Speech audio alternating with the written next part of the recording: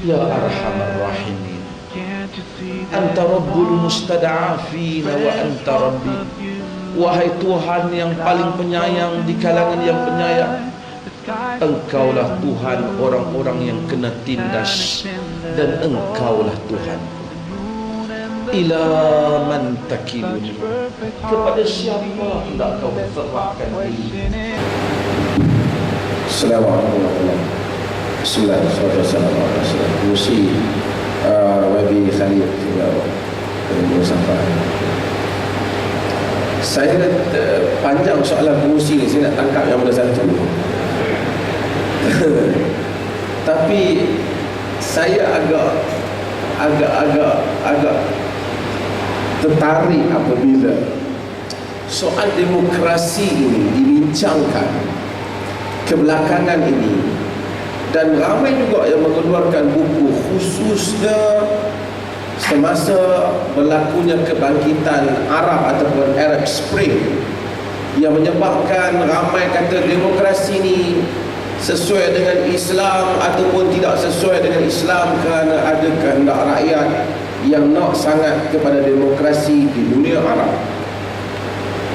Yang saya rasa sangat ganjilnya ialah semasa sistem autokrasi kuku besi rejim itu berjalan, tidaklah pula ulama-ulama ni sibuk menulis buku tentang apa hukum autokrasi ini. Tidaklah pula mereka sibuk untuk mempertikaikan apa hukum pemusatan kuasa pada satu individu sehingga orang lain tidak boleh mempertikaikannya. Saya bukan menyalahkan buku tentang demokrasi, itu satu intellectual discourse yang bagus. Tetapi kenapa apabila rakyat bercakap tentang demokrasi, barulah fatwa tentang demokrasi ini nak dibangkitkan? Kita boleh bincang, tapi agak ganjil fenomena itu.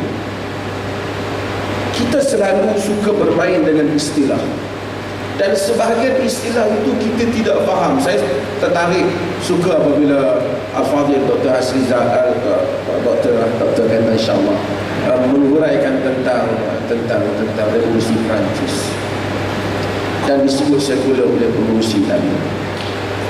Hatta perkataan secularism yang kita anggap sangat sensitif, dan bila sebut sekular, terbayang dalam fikiran kita ialah sekularisme yang berlaku di Perancis, sekularisme yang berlaku di Turki.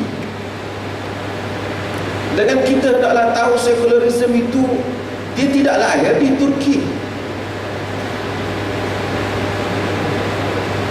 Sekularisme membesar dalam dunia barat, walaupun dia ada akar umbi sekularisme, tetapi ia besar selepas revolusi Perancis dan tuntutan-tuntutan yang disebut tadi. Barat menikmati nikmat boleh bercakap, Barat menikmati nikmat boleh memberikan pandangan, Barat menikmati nikmat dapat dihapuskan corruption setelah mereka memisahkan kuasa gereja daripada memisahkan gereja daripada politik. Setelah berlaku separation between church and power and state, setelah berlaku pemisahan antara gereja dan kuasa. Kerana sebelum tu, siapa yang baca sejarah kurun gelap dunia Eropah ini, ambil saja pertentangan antara mazhab Katolik dan Protestan, dia akan tahu bagaimana ramai tokoh-tokoh ilmuwan yang dibakar hidup-hidup. Bahkan sebelum daripada itu, saintis yang dibakar hidup-hidup apabila gereja telah memaksa negara untuk mengikut pahamannya yang salah. Kerana gereja itu bukan semestinya Tuhan, tetapi apabila dia menganggap arahan gereja itu sentiasa divine, sentiasa wahyu, padahal sebagiannya penafsiran sahaja. Bila Barat bebas daripada hal kekejaman ini setelah berlakunya sekularisme dan sekularisme, sebab itu apabila orang Islam kata sekular itu tak baik, Barat tak dapat faham. Dan sekular bermaksud state tidak masuk campur urusan agama, dan agama tak masuk campur urusan negara. Kita bukan menyokong, tapi saya nak fahamkan istilah ini. Tetapi sekular apabila pergi ke Turki, Kemal Atatürk tidak buat sekular itu. Dia masuk campur urusan agama. Dia tak benar orang pakai serban. Dia tak benarkan orang bang dalam bahasa Arab. Itu telah bercanggah dengan prinsip asas sekular yang sepatutnya dia jangan masuk campur urusan agama. Demikian agama tak masuk campur urusan negara. Maka sebab itu saya bersetuju dengan Tariq Ramadan dalam hal ini, bahawasanya sekularisme itu apabila disebut di dunia Islam, mereka terbayang Turki. Tetapi orang Barat tidak terbayang Turki, dia terbayang Perancis. Sebab itu dia kata sekularisme penyelamat. Kita kata sekularisme pemusnah, kerana Kemal Atatürk sekularisme yang asal dia tidak pemusnah. Kita mungkin tidak bersetuju, okey, tetapi sekularisme tidak datang untuk memusnahkan agama. Dia memisahkan. Kita tak setuju dengan pemisahan itu, betul, tetapi bukan dia punya intention untuk memusnahkan agama. Kita kena jelas pada nukta itu. Dan sekularisme ada banyak jenis. Amerika kurang hostility-nya dengan agama, dan Perancis kebelakangnya ini. Itu soalan lain. Okey, saya nak balik kepada satu asas untuk kita faham bersama. Manusia sebelum para nabi datang, maksudnya para nabi sejak Adam telah datang bawa wahyu, tapi jika agama Allah tak datang kepada satu masyarakat, manusia itu makan, dia berpakaian. Agama tidak pernah datang memberitahu kepada manusia, awak kena makan makanan tertentu saja, dan awak tak boleh makan masakan-masakan yang tertentu. Dia tak kata. Dia mengharamkan beberapa jenis binatang, tetapi kebanyakannya dia halalkan. Tapi dia tak pernah tentu. Daging lembu halal, nak masak kari ke, nak masak kurma, agama tak tentu. Bagaimana manusia nak berpakaian? Kalau agama tak datang pun manusia pakaian. Atheist, agnostik, mereka ada pakaian. Agama tak pernah kata awak mesti pakai jenis pakaian tertentu. Agama tak kata. Melainkanlah dalam upacara ritual yang tertentu. Tapi agama tak kata. Ada yang pakai macam Ustaz Khairuddin, ada yang gaya barat seperti ini, dan juga ada yang orang Melayu, saya Melayu tulen seperti saya. Dan ada pelbagai agama tidak pernah katakan. Kerana itu merupakan keperluan manusia. Menguruskan urusan pentadbiran masyarakat adalah keperluan manusia. Kalau agama tak datang dalam masyarakat pun, tetap politik ada di situ. Maka agama tidak pernah mengacuankan politik, tetapi memberikan garis panduan umum sahaja. Ini golongan Islamis mesti jelas. Politik tidak seperti salat. Akidah Islam, manusia tak boleh tahu sifat Allah melainkan wahyu. Manusia tak boleh tahu cara salat melainkan wahyu. Tapi manusia dapat tahu apa yang baik dan buruk dalam urusan rasuah buruk. Orang Jepun sembah matahari pun kata benda yang sama, bahkan rasuah dia kurang pada kita. Kerana benda itu manusia tahu. Agama datang, agama memberikan panduan kepada hal ini. Agama tak tentukan mesti pemerintah seorang yang bergelar khalifah, mesti pemerintah menterinya 12. Agama tak kata. Agama kata soal maslahah, soal bagaimana menguruskan hal ini. Sebab itu hadirin dan hadirat sekalian, kita baca dalam buku Plato, Republic. Plato tulis dulu, lama.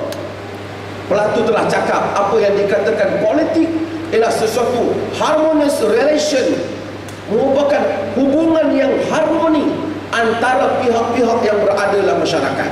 Dan idea Islam datang, Islam tegaskan benda yang sama, mewujudkan keharmonian dalam masyarakat. Sebab itu, bagaimana nak wujudkan keharmonian? Tak sama antara satu masyarakat. Fatwa di Saudi belum tentu boleh pakai di sini dalam urusan politik.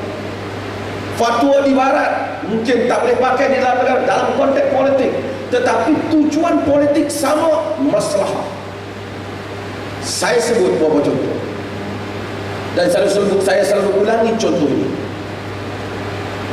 Nabi menghantar para sahabat yang awal untuk pergi ke Habasyah, Abyssinia.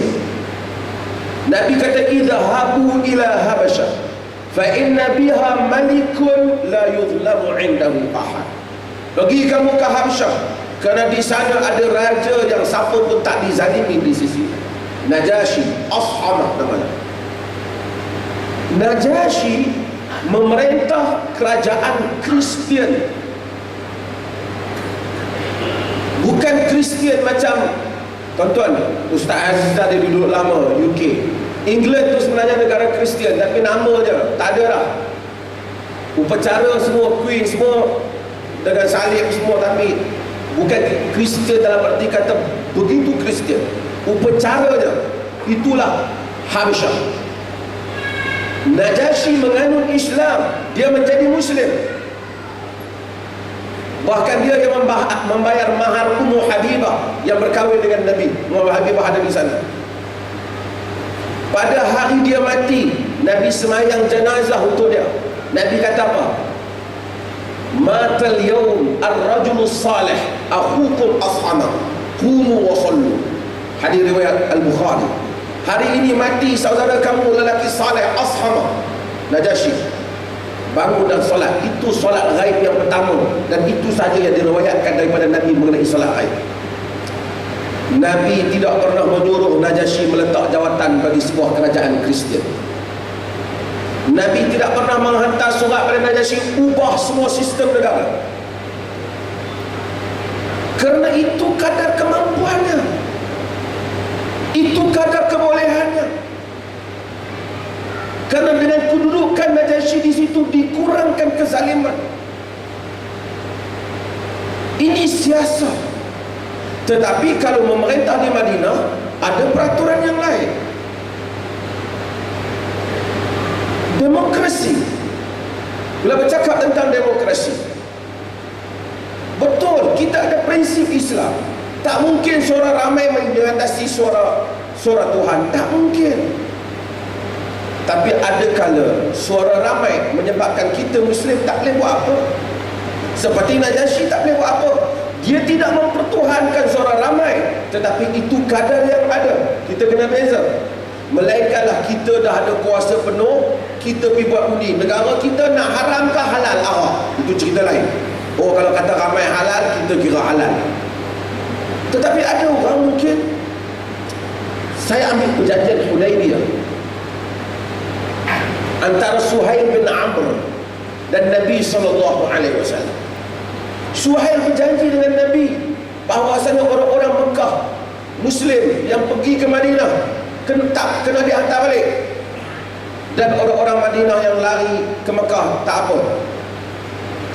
Siap saja perjanjian. Anak Suhail masuk Islam, baru bebas daripada kurungan. Berdarah dia, dipukul oleh bapaknya. Omar kata, wahai Rasulullah, selamatkanlah dia. Suhail kata, ya Muhammad, kalau ini kau nak selamatkan, tidak ada perjanjian, kita baru saja siap. Bapak dia heret dia, nak kurung dia semula.